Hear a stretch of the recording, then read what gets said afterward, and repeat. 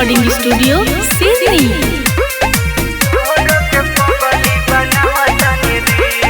होतावे दर्द किया तना फील,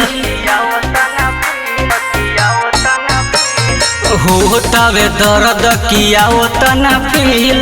डोहर के पगली बनावतानी रील, डोहर के पगली बनावतानी रील। प्यार के बुझलू न हमारा कबील, हमारा के बुझलू न अपना कबील।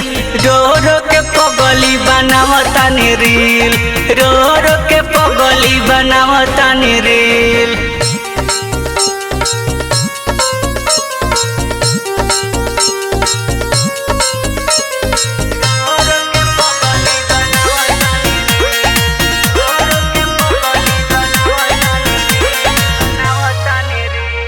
प्यार में हमारा तू दिहलू जुदाई, तड़प तड़प के दीवाना मर जाई।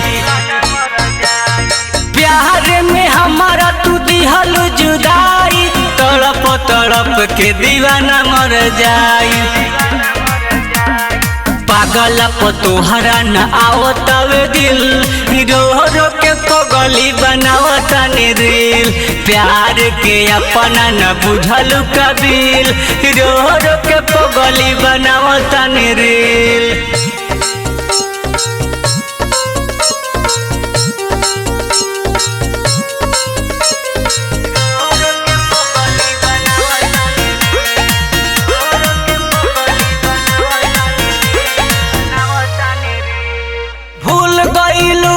कसमिया के खाई, राम बाबू पर दया नहीं आइल। भूल गईलू तू कसमिया के खाई, रंजन मुकेश पर दया नहीं आइल।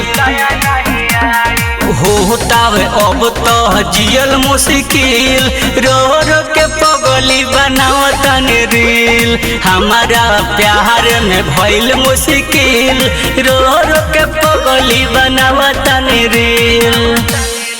Ananya recording studio Sydney.